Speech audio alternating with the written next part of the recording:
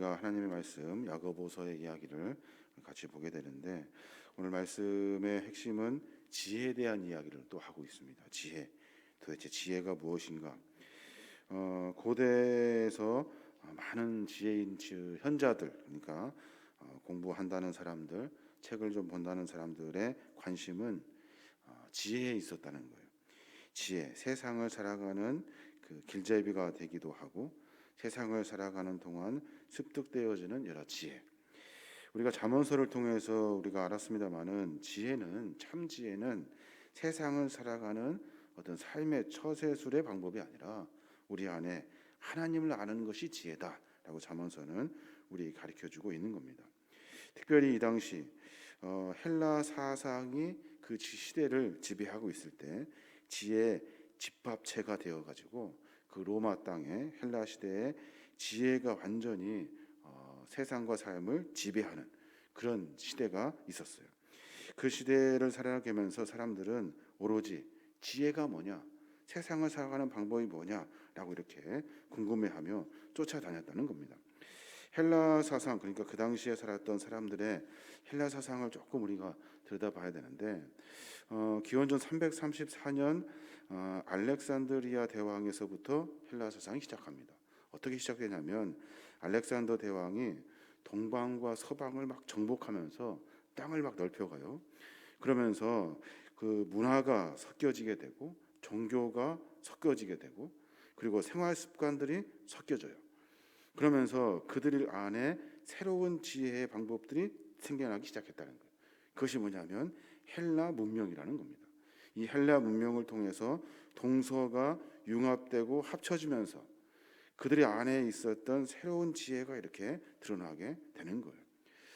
그러니까 알렉산더 대왕에서부터 그 AD 30년 후반까지 아우구스티누스의 제국이 있을 때까지, 그때까지 동서가 서로 막 혼합되면서 그 안에 새로운 지혜의 방법들이 나타난다는 거예요. 그 중에 하나가 뭐냐면 인간의 선이라는 거예요. 인간의 선이 도대체 무엇이냐? 쉽게 말하면 그 선은 인간 안에 쾌락, 내가 즐기고 싶은 것, 내가 하고 싶은 것을 쫓아다니는 거예요. 근데 그 쾌락은 죄와 악에서부터의 떠난 쾌락이에요. 무슨 말이냐면 나쁜 짓을 해서 얻는 쾌락이 아니라 내 마음, 내 속에 참 평안 이것을 얻는 것이 그 쾌락이라는 거예요. 참 평안을 얻기 위해서는 어떻게 합니까? 우리 그리스도인들은 내 안에 주님을 모시죠.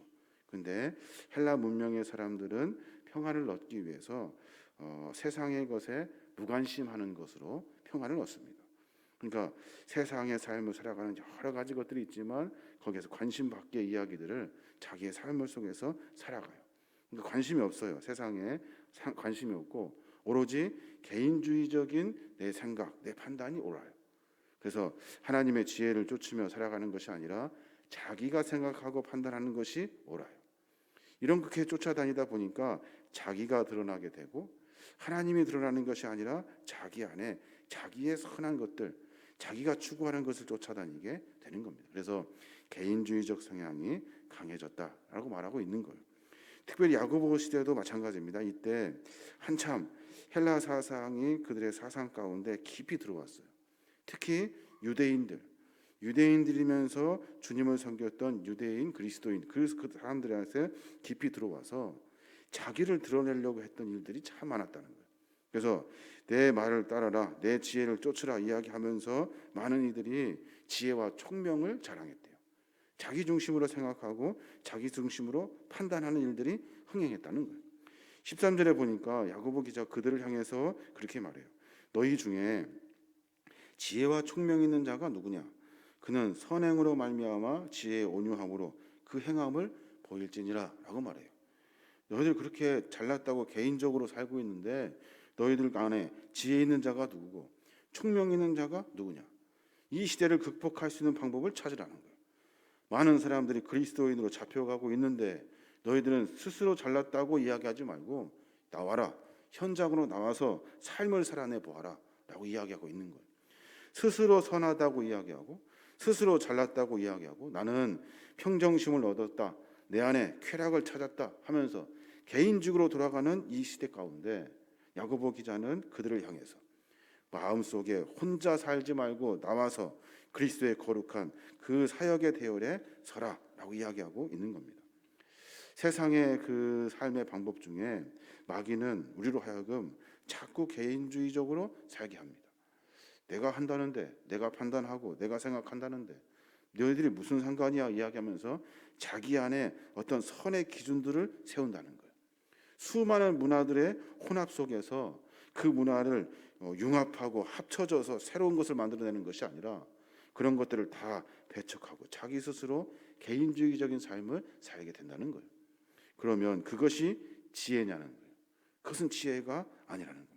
그럼 지혜가 뭐냐? 지혜가 뭐냐 하냐면 많이 안다고 되는 것이 아니라 내 스스로 고민하고 고행해서 내가 깨닫는 것이 지혜가 아니라 참 지혜는 온유함이다라고 말하고 있어요. 온유함. 13절에 보면 그렇게 말해요. 지혜 중에 지혜와 총명이 있는 자가 누구냐? 선행으로 말미암아 지혜의 온유함으로 그 행함을 보이래요. 지혜의 온유함으로 그 행함을 보이래요. 온유함이 뭐예요? 온유라는 말은 일반적인 의미로 노함, 화냄 이런 것보다는 내 안에 평안함, 이렇게 안정감 이런 것을 얻는 것이 온유함이죠. 여러분 잘 아실 거예요. 근데 이 온유함을 그리스도인들은 어떻게 만나냐는 거예요. 어떻게 만나냐면 내 안에 예수 그리스도를 모심으로, 내 안에 예수 그리스도를 모심으로 온유함을 만나는 거예요. 혼자 득도하듯이 앉아서 개인주의적 생각을 가지고 삶을 생각하고 판단하는 것이 온유함 아니라는 거예요. 온유함은 내 안에 예수 그리스도를 모시고 그 예수 그리스도의 관용, 겸손, 친절함 이런 것들을 통해서 내 삶에 자연스럽게 주님이 드러나게 하는 온유함이라는 거예요.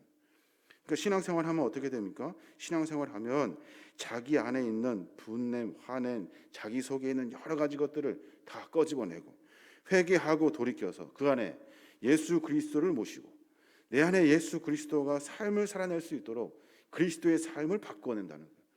내 안에 주님이 모시니 내 안에 주님을 모시고 삶을 살아내다 보니까 함부로 화낼 수도 없고 함부로 말하지도 아니하고 그리고 삶을 내 방식대로 살지 않는다는 거예요. 내 안에 계신 예수 그리스도를 내 안에 모시고 온유함이 드러나는 삶으로 살게 된다는 겁니다.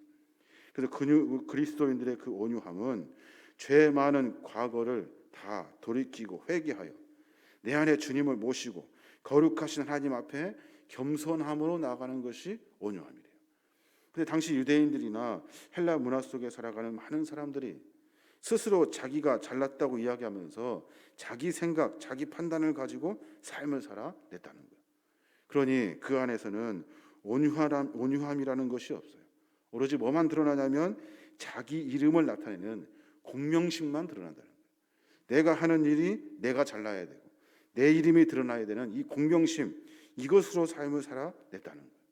그것이 아니라 내 안에 예수 그리스도를 모시고 참으로 내 안의 삶을 주관하여 주시는 주님으로 말미암아 내 삶을 온유함으로 바꿔내야 된다라고 지금 이야기하고 있는 겁니다. 야고보 기자는 그 어렵고 힘든 그 시대 상황 가운데 잘못된 지혜를 쫓아 살아가는 유대인들, 잘못된 지혜를 쫓아 살아가는 그리스도인들을 질타하고 있는 거예요. 너희 안에 무엇이 들었니? 너희 안에 무엇이 들었니? 너의 삶을 통해서 네가 지금 속에 무엇이 들었는지 알 수 있다는 거예요.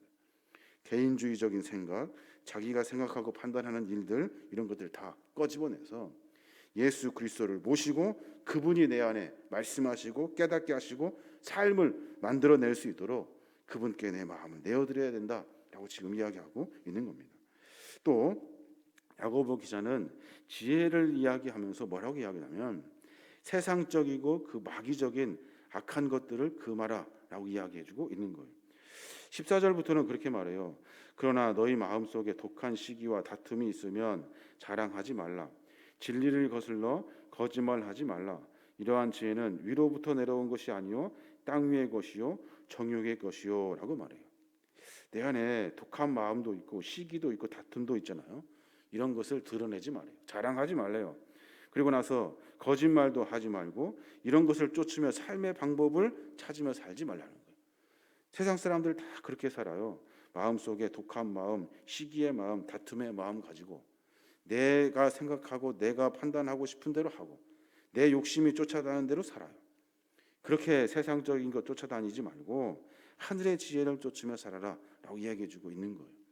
지혜는, 하나님으로부터 오는 지혜는 우리의 삶을 선하고 은혜의 삶으로 바꿔냅니다. 정욕과 욕심과 거짓과 독한 시기와 다툼으로 살아가는 방법이 아니라 하나님의 방법은 우리로 하여금 선한 지혜를 만나게 하는 거예요. 그래서 만나게 되는 것이 뭐예요? 화평이라는 거예요. 화평, 온유와 화평. 위로부터 난 지혜는 화평을 우리의 삶 가운데 이루게 된다는 거예요. 17절에도 그렇게 말해요. 위로부터 난 지혜는 첫째 성결하고 다음에 화평하고 관용하고 양순하며 국률과 선한 열매가 가득하고 편견과 거짓이 없나니 화평하게 하는 자들은 화평으로 심어 의의 열매를 거두느니라 라고 말해요. 성도들은 하늘에서부터 오는 지혜로 말미암아, 그러니까 내 안에 계신 예수 그리스도의 삶의 방식을 쫓음으로 말미암아 화평을 이루며 산다는 거예요. 그래서 그의 삶은 열매를 보고 알 수 있대요. 어떤 열매요? 그 안에 성결하고 화평하고 관용하고 양순하고 국률하고 이런 선한 열매들이 있는지를 보면 알 수 있다는 거예요. 똑똑하고 잘난 지혜자들이 그 당시에 참 많았대요. 유대인들, 그리고 자기가 선생이라고 이야기하는 사람들, 그 사람들 모두가 다 자기 중심으로 자기가 득도하고 생각한 걸 가지고 판단하고 이야기했다는 거예요. 그것이 지혜가 아니라는 거예요. 우리는 삶을 돌이켜 내 안의 죄악을 버리고 내 안에 예수 그리스도를 모셔서 예수 그리스도의 성품이 우리 안에 드러날 수 있도록 하라는 거예요. 이게 바로 성도의 열매가 되어야 한다는 겁니다. 신앙의 삶의 모습을 보면 여전히 우리는 악한 마음들이 우리 안에 있어요. 악한 마음이 뭐예요? 자기중심적인 생각들, 또 내가 생각하고 내가 판단하는 일들이 다른 사람들을 보기에 드러내려고 하는 공명심도 있어요. 또 다른 사람들에게 이것을 가르쳐줘서 내가 잘났다고 하여서 이 모든 것들이 선의 기준이 되는 것처럼 설명하고 말한다고요. 근데 야고보 기자는 그들을 향해서 분명하게 선포해요. 그런 것들이 지혜가 아니다. 참 지혜는 회개하고 돌이켜 내 안에 주를 모시는 것이 참 지혜다. 주를 모시고 살아가는 삶, 의의 열매를 맺으며 살아가는 삶이 진짜다. 그러니 너희들이 지금 어떻게 살고 있는지를 들여다보아라 라고 지금 이야기해주고 있는 거예요. 오늘 마태복음 5장 9절에 보면 그런 말씀이 있어요. 내 삶을 하나님의 의로 살고 내 안에 주님을 모시며 살면 화평을 이루게 되는데, 화평케 하는 자는 복이 있나니 저희가 하나님의 아들이라 일컬음을 받을 것이래요. 이 화평을 어떻게 시작합니까? 내 삶을 돌이키고 내 안에 주를 모시고 주님께서 내 삶의 인생을 살아갈 때, 그때 나에게 드러나는 것이 화평이라는 거예요. 여러 가지 말씀을 드렸습니다마는 우리의 삶의 모습을 조금 점검해 볼 필요가 있습니다. 내 의를 드러내는 것이 아니라 내 안에 예수 그리스도가 내 삶을 살 수 있도록 내어드려야 돼요. 내가 판단하고 하는 일들이 내 경험에 의해서 많은 지혜도 있고 경험도 있고 많은 것들이 참 진리인 것 같죠. 그런데 내 안에 예수 그리스도가 뭐라고 말씀하시는지 조용히 묵상해 볼 필요가 있는 거예요. 내 지혜가 아니라 하늘의 지혜를 쫓아야 참 화평케 하는 복된 자가 되는 줄로 믿습니다. 어려운 일인 것 같아요. 그러니까 매번 의식하며 살아야 돼요. 주님 말씀하십시오. 주님 깨닫게 해 주십시오. 내가 자꾸 내 마음대로 하려고 하는 일들 하나님 꺾어내고 내 안에 주님 찾아와 주셔서 내 삶을 주관해 주십시오. 그리고 말하는 것, 생각하는 것, 행동하는 모든 일들에 조심성 있게 한 걸음 물러서서 한 번 더 고민하고 생각해야 돼요. 내가 생각하는 것이 아니라 기도로 주님께 묻고 판단하고 전진할 수 있는 그런 신앙의 성숙함이 있어야 하는 거예요. 근데 이게 잘 안 되더라고요. 아무리 그렇게 하려고 몸부림쳐도 잘 안 되더라고요. 어떻게 해야 됩니까? 훈련해야 돼요. 훈련해서 우리가 마지막 주님 부르시는 그 날까지 그 거룩한 신앙의 삶의 훈련을 통해서 하나님의 거룩한 믿음의 종들로 세워져야 하는 겁니다. 우리의 삶의 모습을 분명히 점검하여 내 안에 주를 다시 모시고 거룩한 그리스도의 삶으로 화평케 하여서 주의 복을 누리는 저와 여러분이 되시길 주님의 이름으로 축원합니다.